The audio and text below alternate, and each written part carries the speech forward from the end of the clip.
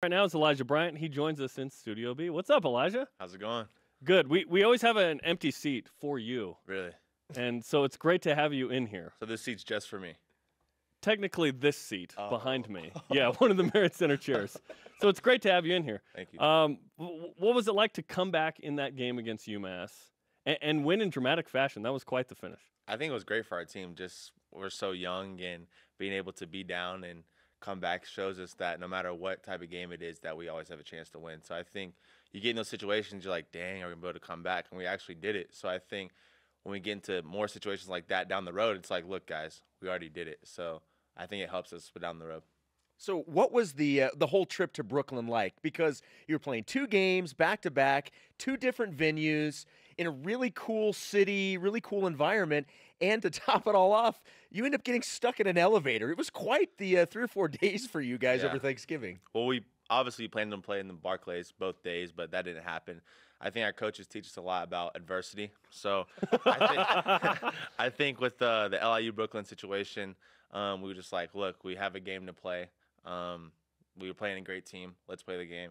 And then with the elevator situation, that was just something that what really happened that hasn't been told is that when we first got in there, it was like 10 of us were like, oh, let's jump on 3. 1, 2, 3. So we jumped. And What? Okay, yeah, safety concerns immediately. The elevator makes a click sound. We're like, oh, okay, whatever. So then me, Peyton, and Evan getting to the elevator, leaving the gym, and right when we get in, elevator gets stuck, and we're just sitting there. You should have saw Evan's face. He's just like, and it was hilarious. So we're sitting there stuck about 30 minutes. The firefighters come in and get us out, and they didn't really like me videotaping, but, you know, I had to do it for EB&J. EB&J. Let's talk about EB&J. Not PB&J, EB&J. So you and your wife have a YouTube channel, a vlog. Yeah. You're recording off to the side right now for the vlog. Right there. I've always wanted to be on your vlog, so this is kind of a life goal here. Tell us about when you started it and why you do it. We started it I guess this summer. It's just kind of a thing to document things. I think the biggest thing is kind of motivate little kids. I have a lot of kids who will like message me like, oh, what can I do to get in your shoes? And it's kind of like allow them to see like what goes on behind the scenes. I feel like everyone shows up to a game. It's like, oh, they just come to the game to play. They don't really see what goes on behind the scenes, like how many hours you actually spend and stuff like that. So I think this kind of sheds some light on that and allows not only little kids but fans to see what goes on behind the scenes, because I love watching stuff like that. One of the things that's pretty obvious is you pride yourself on eating right. So how did Thanksgiving go for you? It was hard. I mean, it was hard because, I mean, we ate at the hotel. I mean, it was decent food, but it was buffet style, you know, so they had everything you wanted there. And, I mean, you try to limit yourself, but then you got the big thing I'm on right now is balance. So, you know, you have a little bit of ice cream, then you might have a little bit of salad. So I'm trying to balance it out. Yeah. It's like eating like a 12-pack of tacos, but if you have a Diet Coke, you're fine. Exactly. Yeah, all right. Because it was diet. Yeah, exactly. Elijah Bryant is on BYU Sports Nation. You played 2 good games in 2 days. Do you wish you would have played Alabama 5-on-3, though? Would that have been all right, given what happened the next night? I mean, I think we would have probably outscored them. They outscored Minnesota, I'm pretty sure. Unbelievable, right? 30-22, and then I'm pretty sure Colin Sexton only had 9 points at halftime and ended up with 40. So, yeah. Jashir Hardnett wasn't guarding him. Yeah, he wasn't guarding him. He held him to 9 or 10 the whole game. So I think if we had another opportunity with those guys, we would definitely beat them.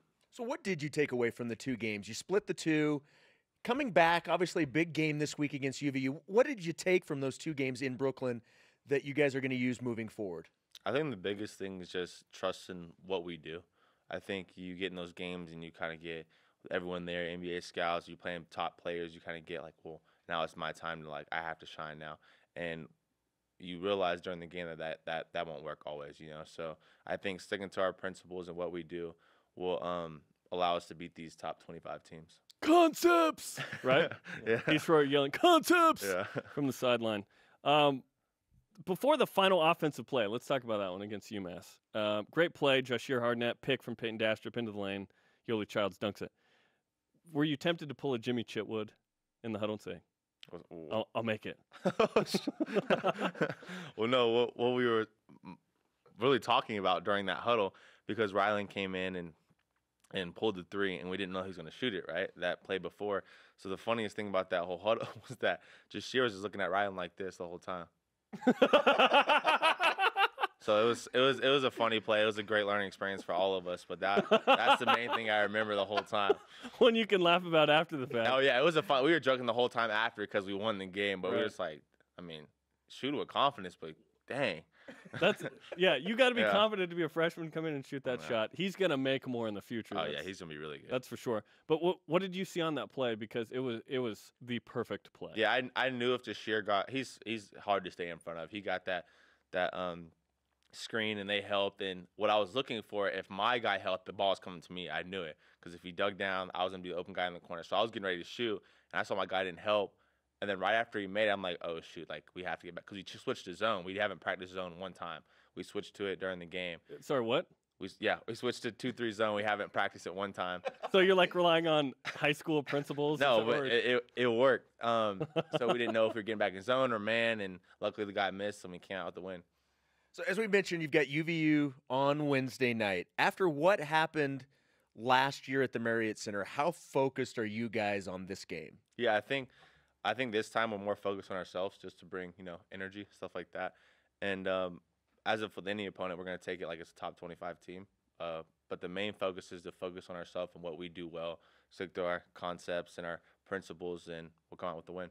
What have you guys in the early part of this season, what have you guys figured out that you guys think you do really well? What do you think you can hang your hat on right now? I think our high-low action, I think, like you said again, our concepts, our things that we've been drilling for 6 to 7 months is kind of what we've been taught and what's kind of in our subconscious mind, just to go back to and keep drilling that. And then when we get away from it, you'll hear the coaches get to your concepts, all that stuff. So I think that's our few things that we're really good at right now. The Utah Valley game is so interesting to me, as you mentioned. Last year, obviously, they get the win in here. They make like 40,000 threes. It was a wild situation. Now this is a huge event at UVU, and a little awkward if we're frank. Former BYU assistant, 3 former BYU players. What's it like for you on the BYU side of the fence going into a game like that? I think it's just going to be a great, fun experience. I mean, obviously it's their Super Bowl for them. I have some friends on the team at UVU, so I think we're just treating it like a regular game, at least trying to, and being able to stick to our principles in the game because, if your emotions get to you, start doing things that are out of character and stuff like that. So it'll be a great venue, a great game, and they have a great team, as you know. I mean, they went to that toughest 24 and played really well in those 2 games. So I think we have a lot on our hands. What about for you personally right now? 18 a game, and I know last year was super frustrating to not be able to be healthy enough to kind of be able to play the game you wanted. Now that you're at that point, how nice is it just to be able to go out and play basketball right now? Yeah, I think it's really nice, especially with the system put in. It benefits a lot of us. I mean, you get a lot of backdoor easy cuts where you don't really have to work for the points. So some nights it might be my night, it might be Yoli's night, TJ's night. It's just are they going to double down on Yoli tonight, and then he's going to kick out. So I think with our system, it can be anyone's night. That's what I love about it.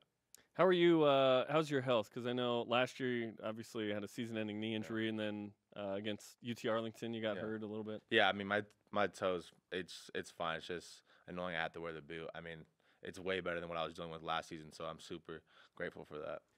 Are you closer to where you want to be in terms of health, and this is kind of where you are? Because like you said, Jason, last year we were like, what is Elijah Bryant like healthy? Is this more of what you like? I think I'm still lacking a little bit of explosiveness, like above the rim, that type of stuff that's coming back slowly but surely, and that's a lot of that's mental. I mean, people who've gone through injuries have a hard time kind of, okay, my knee's fine, okay, I can jump off of it. So I think that's the biggest thing I'm dealing with right now. All right, now the really important question. At what point are Jarom and I going to be able to watch ourselves on your YouTube channel? So this one will probably take a while, basketball season, married, school life. I still haven't edited the one from New York. So it'll probably be out in like 2 weeks, 2 weeks. So the one where the fire department people are telling you, please don't film this? Exactly. Can't wait for that one. Yeah.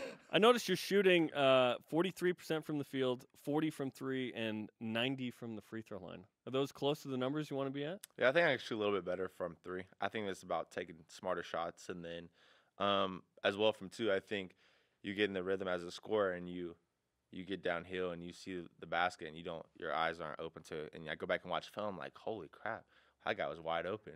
And I think just free throw wise, I think I'm where I need to be. Obviously, I'd love to be 100, but yeah, I think there's always improvement on 2s and 3s as well. Let's finish with this. What's the key to an effective Euro step? Because you are the best on the team at that moment. A Euro step. Well, the first thing what I dealt with a lot last year was charges. I couldn't figure out because I couldn't really plant off my left leg how I wanted to. So the biggest thing is just I see them ready to take the charge, and I'm like, shoot, I can't get the charge, so I'm gonna get yelled at. So, I mean, it's step left, step right, and then get it high on the glass so they can't block it. And slow down a little bit, right? Exactly. Okay, Yeah. that's good to know. I'm going to put that in my game. Elijah, we appreciate the time, and we look forward to the UVU game tomorrow night. Thank you, guys.